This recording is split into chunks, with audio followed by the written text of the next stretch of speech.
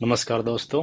मेरा नाम फरजान है और मैं आप सभी का स्वागत करता हूं नेट जेआरएफ स्टडी सेंटर पर। और आज हमने पॉलिटिकल साइंस का जो पहला चैप्टर है, वेस्टर्न पॉलिटिकल थॉट, यानी पाश्चात्य राजनीतिक विचारक, तो ये हमारा आज पहला टॉपिक रहेगा। और जो 10 भाग है राजनीतिक विज्ञान के, 10 में से ये हमारा पहला है। तो पहला हम कंप्लीट कराने के बाद ही जो हमारे 9 टॉपिक बचेंगे वो धीरे धीरे करके हम सभी कंप्लीट करवाएंगे। तो इसमें हमारा जो वेस्टर्न पॉलिटिकल थॉट जो भाग है, उसमें हमारा जो पहला विचारक रहेगा वो रहेगा कन्फ्यूशियस। तो कन्फ्यूशियस एक चाइनीज विचारक हैं। उससे पहले हम कुछ जो हमारे विचारक हैं जिनको हम इस पार्ट में पढ़ने वाले हैं, थोड़ा सा उनका बेसिक इंट्रोडक्शन दे देते हैं। तो बेसिक इंट्रोडक्शन में ये रहेगा कि हम जितने भी राइटरों को पढ़ने वाले हैं उनके बारे में थोड़ा सा चर्चा कर लें। तो इनमें से पहला हमारा जो राइटर रहेंगे, पहले जो ऑथर हैं यानी थिंकर हैं जो हमारे, वो पहले रहेंगे कन्फ्यूशियस। और कन्फ्यूशियस के बाद हमारा प्लेटो प्लेटो रहेगा। प्लेटो के बाद अरस्तु हैं। उसके बाद मैकियावेली है, थॉमस हॉब्स है, जॉन लॉक है, जे जे रूसो है, बेंथम है, जे एस मिल है, हीगल है, टी एच ग्रीन है, कार्ल मार्क्स हैं, ग्रामसी हैं, लेनिन है, माओ, रॉबर्ट नोजिक जी हैं। उसके बाद मैरी वेलस्टोनक्राफ्ट हैं, Hannah Arendt, Frantz Fanon, John Rawls. ये हमारे कंप्लीटली कुछ विचारक रहेंगे। इसके अलावा कुछ ऐसे विचारक हैं जो लगभग पूछे जाते हैं, कई कम्पिटिटिव एग्जाम में पूछे जाते हैं, नेट जेआरएफ में भी बहुत बार ऐसे विचारक पूछे गए हैं। तो इनमें से 3-4 विचारक और भी हैं एक्स्ट्रा जिनको हम पढ़ेंगे, जिनमें बोंदा है, जिसको बोंदीन भी बोलते हैं, और मॉन्टेस्क्यू हैं, डेविड ह्यूम हैं, एडमंड बर्क हैं, कांट हैं, और माइकल ऑक्सफोर्ड। तो ये 4-5 विचारक हम अलग से कंप्लीट करवाएंगे, क्योंकि कभी कभी क्या है कि इनसे भी क्वेश्चन बनते हैं, तो हम कोई भी ऐसा पार्ट छोड़ना नहीं चाहते कि जिससे हमारे कुछ मार्क्स कम आए। तो आगे चलते हैं। जो पहला हमारा विचारक है कन्फ्यूशियस। तो कन्फ्यूशियस का पहले हम इंट्रोडक्शन देखेंगे। इंट्रोडक्शन इंट्रोडक्शन के बाद इसके कुछ मेन हेडिंग्स हैं जिनको हम थोड़ा सा समराइज करेंगे। तो कन्फ्यूशियस के कुछ पॉइंट्स हैं, की पॉइंट्स जिनको हम बोलते हैं। नैतिकता प्रधान चिंतन है। इसके बाद हम मानव स्वभाव के बारे में पढ़ेंगे। मानव स्वभाव से फिर इसकी शिक्षा के बारे में इन्होंने क्या क्या विचार दिए हैं उनको देखेंगे। शिक्षा के बाद हम इनकी कुछ बुक्स वगैरह हैं। शिक्षा के बाद आलोचना देखेंगे। आलोचना के बाद निष्कर्ष देखेंगे। निष्कर्ष के बाद इनकी बुक्स हैं। तो कन्फ्यूशियस में कुछ ज़्यादा है नहीं पढ़ने के लिए, लेकिन फिर भी हम कोशिश करेंगे कि इसको हम कंप्लीट करवाएं। कुछ इनके जो मेन की पॉइंट हैं, तो की पॉइंट के हिसाब से कंप्लीट करवाएं, ठीक है। तो कन्फ्यूशियस का एक संक्षिप्त जो परिचय वो देख लेते हैं। 551 से 479 ईसा पूर्वी इनका जो जन्म माना जाता है। ये प्राचीन राजनीतिक विचारक हैं। प्राचीन चीनी राजनीतिक विचारक हैं, सामाजिक दार्शनिक थे। इनका वास्तविक नाम कुंग फुत्जू था, जिनका अर्थ होता है मास्टर कुंग। तो कन्फ्यूशियस गौतम बुद्ध के समकालीन थे। जो हमारे महात्मा बुद्ध जी हैं उनके समकालीन इनका जन्म माना जाता है। इनका जीवन काल सुकरात, प्लेटो से पूर्व का माना जाता है। तो जो सुकरात और प्लेटो हैं, जो प्लेटो के गुरु थे सुकरात, उनके भी पूर्व इनका जन्म को माना जाता है। कन्फ्यूशियस एक शिक्षक, राजनीतिक दार्शनिक थे। उन्होंने मुख्य नैतिक दार्शनिकता, सामाजिक नैतिकता और नैतिक मूल्यों पर बल दिया है। ये एक नैतिक, एक बोला जाए, जिसको हम एक संक्षिप्त रूप में बोले जाए तो ये एक टीचर की तरह थे। जो नैतिक नैतिक मूल्यों पर जिन्होंने ज़्यादा प्रदान, अपना जो मैंने संक्षिप्त अगर बोला जाए तो इनको एक समराइज करें तो हम, तो नैतिकता पर इनका ज़्यादा ध्यान था, ठीक है। तो आगे देखेंगे जो इनका जो पहला हेडिंग रहेगा, नैतिकता प्रधान चिंतन। अब इनको नैतिकता प्रधान चिंतन में क्या इन्होंने बोला है, तो विचारों का मुख्य उद्देश्य नैतिकता है। जो हमारे मन में विचार आते हैं, जो विचार वगैरह होते हैं, उनका जो मुख्य उद्देश्य होता है नैतिकता। उनका मानना था कि शिक्षा सबके लिए समान होनी चाहिए। जैसे अरस्तु ने बोला था कि शिक्षा सबके लिए समान होनी चाहिए, उसी उसी टाइप से इन्होंने भी बोला है चीन के जो समाज के लिए शिक्षा सभी के लिए समान होनी चाहिए। लेकिन, या लेकिन के बाद ट्विस्ट आएगा कि जैसे सामाजिक, राजनीतिक, प्रशासनिक अधिकार केवल पुरुषों के लिए प्राप्त होने चाहिए। तो इन्होंने क्या अपनी उस टाइम की जो सोसाइटी उसके लिए बोला गया था कि शिक्षा सभी के लिए समान होनी चाहिए, लेकिन लेकिन सामाजिक राजनीतिक और प्रशासनिक अधिकार केवल पुरुषों को ही मिलने चाहिए। सरकार को सामाजिक परंपराओं को ध्यान में रखकर कानून बनाने चाहिए। अगर सरकार कोई कानून बनाना चाहती है तो वो जो हमारी परंपराएं हैं उनके विरोध में ना हो, परंपराओं से सीख कर ही कानून बनाने चाहिए। मानव एक नैतिक प्राणी है। विकास नैतिकता को आधार बनाकर किया जाना चाहिए। जो व्यक्ति है वो नैतिक प्राणी है, और जो विकास होगा वो नैतिकता को आधार बनाकर किया जाना चाहिए। एक व्यक्ति को नैतिकता से शासित होना चाहिए बजाय कानून के। तो ये मेन यहाँ एक बात ये भी ध्यान देने योग्य है कि इन्होंने क्या बोला है कि जो व्यक्ति है उसको कानून के बजाय नैतिकता से अधिक शासित होना चाहिए, और जो नैतिकता से शासित होंगे वो जो कानून भी बनेंगे वो भी हमारी जो परंपराएं हैं परंपराओं के अनुसार ही कानून बनने चाहिए। ठीक है। तो आगे ये क्या बोलते हैं, व्यक्ति को नैतिकता से शासित होना चाहिए बजाय कानूनों के। नैतिक नियमों से अच्छे राज्य का निर्माण होगा। यानी नैतिक नियमों से अच्छे राज्य का निर्माण होगा। ये चीज प्लेटो ने भी सेम बोली थी। तो प्लेटो की तरह ये नैतिकता पर ध्यान देते हैं, और जो हमारे प्राचीन जो परंपराएं हैं कानून उन्हीं के हिसाब से बनने चाहिए। प्लेटो और कन्फ्यूशियस दोनों का सेम विचार है। ठीक है। तो राजनीतिक विचार में क्या बोलते हैं, तो राजनीतिक विचार में ये बोलते हैं कि कन्फ्यूशियस परंपरावादी नहीं है। पहली बात तो ये कि वो परंपरावादी नहीं है। ठीक है।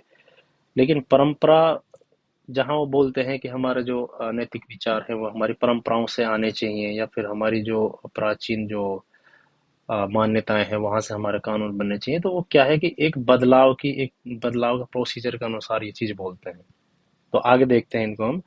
कन्फ्यूशियस परंपरावादी नहीं है। परंपराओं से सीख कर नई व्यवस्था के निर्माण पर बल देते हैं। तो ये परंपरावादी नहीं है। परंपराओं से सीख कर नई नई व्यवस्था निर्माण पर बल देते हैं। ठीक है। जैसे मैकियावेली बोलते हैं, तो मैकियावेली भी सेम यही चीज बोलते हैं कि परंपराओं से हमें परंपराओं का पालन करें, उनसे सीखें, सीखने के अनुसार ही व्यवस्थाओं में परिवर्तन लाएं। ठीक है।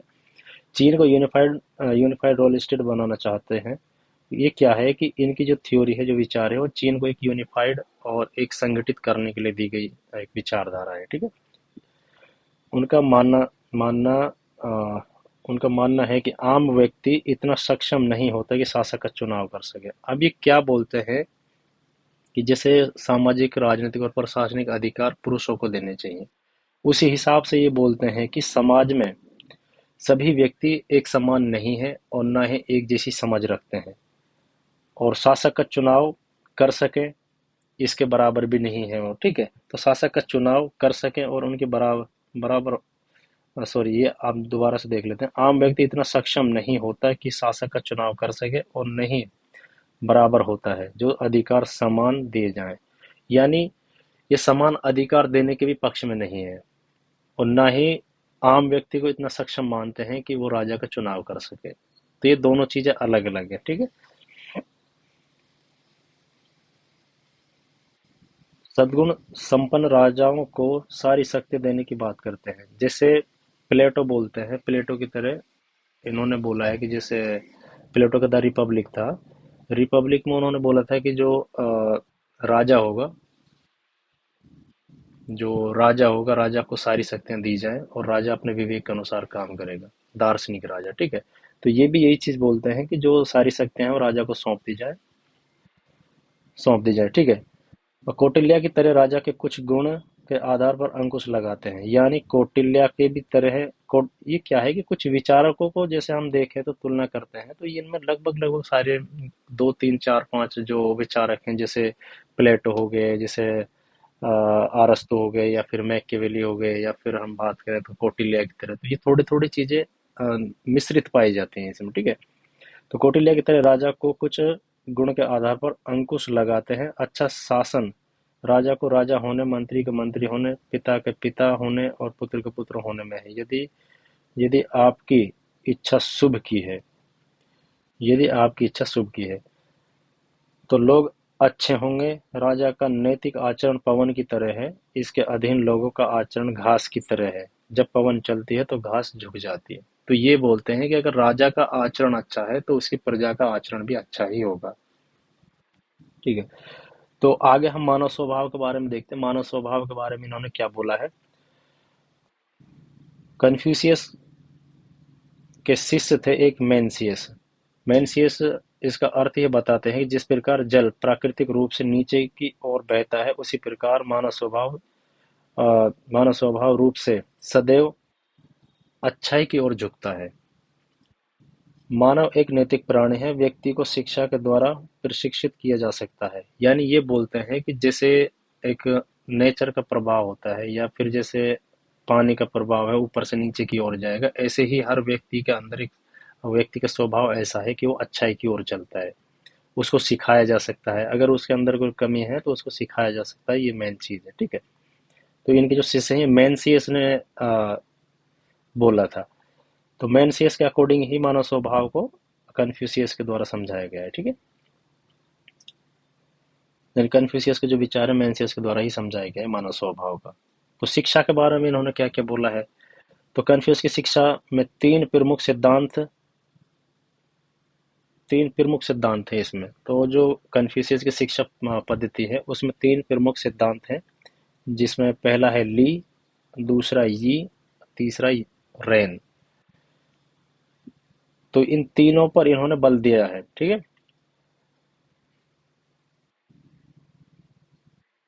इनका वर्णन निम्नलिखित देख सकते हैं हम। जैसे ली से तात्पर्य क्या होता है, संस्कार। तो पहली जो शिक्षा है उसमें बोलते हैं ली से तात्पर्य संस्कार से है, और दूसरा ये से तात्पर्य है धार्मिकता, और रैन से तात्पर्य मानवता एवं परोपकार। तो ये तीन शिक्षाओं के बारे में इन्होंने बात की। लेकिन अभी यहाँ हम एक चीज और भी ऐड करेंगे। इस 5 प्रकार के सद्गुण की भी बात करते हैं। जैसे व्यक्ति में 5 प्रकार के सद्गुण होने चाहिए। और सद्गुण का मतलब होता है कि जैसे हर एक व्यक्ति में एक ऐसी नेचुरल चीजें होनी चाहिए कि जो वो एक्सेप्टेबल हो। फॉर एग्जाम्पल, जैसे संस्कार हो, धार्मिकता हो, परोपकार हो। अब इसमें इन्होंने 3 प्रकार की जो शिक्षा के बारे में बात की है, इन्हीं में 2 प्रकार को और ऐड कर देंगे तो यही 5 प्रकार के सद्गुणों की भी बात इन्होंने की है। तो पहला सद्गुण ली है, दूसरा ये है, तीसरा रैन है, और चौथा जो सद्गुण जी रहेगा, जी यानी ज्ञान। और पांचवा जो सद्गुण है वो जिन है, जिन से तात्पर्य है विश्वसनीयता। ठीक है। तो ये सद्गुण की बात जब हम करेंगे तो सद्गुण, तो 5 प्रकार के सद्गुण की भी बात इन्होंने की है। ठीक है। तो पहले ये हो गया ली, दूसरा ये हो गया, तीसरा रैन हो गया, चौथा जी हो गया, और जो पांचवा है वो हमारा हो गया जिन। तो 5 प्रकार के सद्गुणों की भी बात की है इन्होंने। ठीक है। तो आगे हम देखेंगे इसकी आलोचनाएं। आलोचना में क्या है कि जैसे आ, पहली बात तो ये है कि इन्होंने ये लोकतांत्रिक नहीं, लोकतंत्र का इन्होंने हम बोल सकते हैं जो लोकतंत्र का समर्थन नहीं किया। इन्होंने बोला है कि हर व्यक्ति एक समान नहीं है। दूसरा, व्यक्ति इतने समान भी नहीं होते हैं कि वो राजाओं का चयन कर सकें। तीसरी बात ये भी बोली गई है कि जैसे समाज में जैसे समाज में स्त्री और पुरुष को शिक्षा बराबर दी जानी चाहिए, लेकिन जैसे प्रशासनिक हो गया, राजनीतिक प्रशासनिक जो अधिकार हैं वो सिर्फ पुरुषों को ही दिए जाने चाहिए। तो इसमें क्या है कि उन्होंने लोकतंत्र की समानता का विरोधी इनको बोला गया है। महिला विरोधी महिला विरोधी बोला गया है। और वर्ग प्रभुत्व की बात अगर हम यहाँ करेंगे तो वर्ग प्रभुत्व की ये अपर कास्ट को लगभग लगभग यहाँ पर समर्थन करते हैं। ठीक है। क्योंकि सभी बराबर नहीं है, और जो अपर कास्ट हैं उनमें वो क्षमता है कि वो राजा और उनका चुनाव कर सकें। ठीक है। अब निष्कर्ष में हम देख सकते हैं कन्फ्यूशियस के विचार तात्कालिक समाज के अनुकूल हैं, आज के मापदंडों के आधार पर और व्याख्या करना उचित नहीं है, नैतिकता पर बल देते हैं, वह वर्तमान में भी अनुसरणीय है।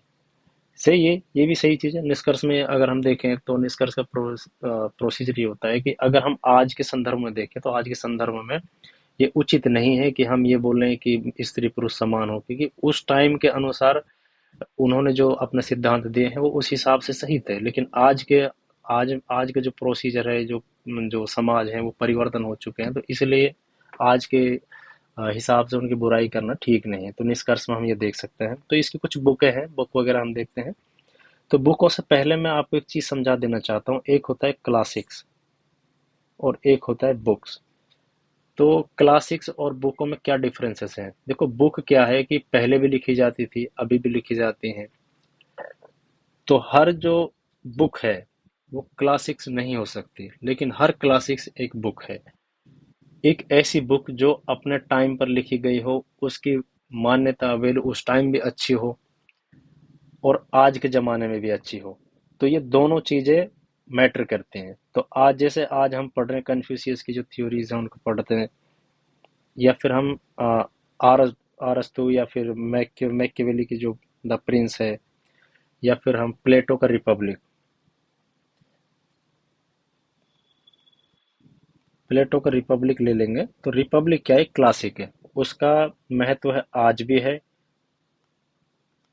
कल भी रहेगा, और जिस टाइम वो लिखी गई थी उस टाइम भी था। तो क्लासिक में क्या है कि क्लासिक चीजें चलती हैं, आज भी वैल्यूएशन है उनका, कल भी रहेगा और आने वाले टाइम पर भी। ठीक है, तो अब इनकी कुछ क्लासिक्स हैं। 5 क्लासिक्स हैं इनका। जैसे the classics of the change, the classics of the document, the classics of the poetry, the classics of the rites, the spring and autumn annals. ये इनकी 5 क्लासिक्स हैं। ठीक है, और आगे हम इनकी बुक्स देखेंगे। द एनालिक्ट हो गया, मैंसिस हो गया जो इनके शिष्य भी थे, मैंसिस। द ग्रेट लर्निंग है, the doctrine of the man. तो ये इनकी बुक्स हैं। अगर डिफरेंसेस पूछे जाएं तो आप इजीली बता सकते हैं, जहाँ पर क्लासिक्स हैं और रिकॉर्ड्स और स्प्रिंग। तो ये इनके क्लासिक्स हैं और ये बुक है इनकी। ठीक है, तो ओवरऑल अब हम देख सकते हैं कि जैसे हम कन्फ्यूशियस को पढ़ते हैं तो इसमें 2-3 चीज़ों पर हमने खास कर ध्यान दिए। आप ध्यान दीजिएगा। पहला ये है कि समाज के बारे में इन्होंने क्या बोला है। सोसाइटी, सोसाइटी के बारे में क्या बोला है। अब सोसाइटी और फिर ह्यूमन नेचर। ठीक है, तो ह्यूमन नेचर के बारे में क्या बोला है। और आगे अगर हम देखेंगे तो मेल फीमेल, मेल फीमेल के बारे में इन्होंने क्या बोला है, मतलब दोनों में क्या क्या डिफरेंसेस हैं। और एक सबसे इम्पोर्टेंट है ऑथर्स। तो ऑथर्स में इन्होंने किस किस का, जैसे इन्होंने, इनका हमने कंपेयर किया था, जैसे प्लेटो, एरिस्टोटल हो गया, कौटिल्य हो गया, या फिर हम बात करते हैं मैकियावेली। ठीक है, तो इनको भी अच्छे से देख लेना, इन कंपेयर में कई बार क्वेश्चन पूछ लिए जाते हैं। ठीक है, तो आज का पहला जो हमारा ऑथर है वो कन्फ्यूशियस था, इसको हमने कंप्लीट कराया है। तो अगला जो हमारा ऑथर रहेगा, राइटर रहेगा, या फिर हम बोले तो थिंकर रहेगा, वो हमारा प्लेटो रहेगा। प्लेटो के बाद फिर हम अरस्तु को पढ़ेंगे। तो आज की क्लास हम यहीं समाप्त करते हैं। आई होप ये क्लास आपको अच्छी लगी होगी। अगर आपको अच्छी लगे तो like, comment, share and subscribe जरूर करें।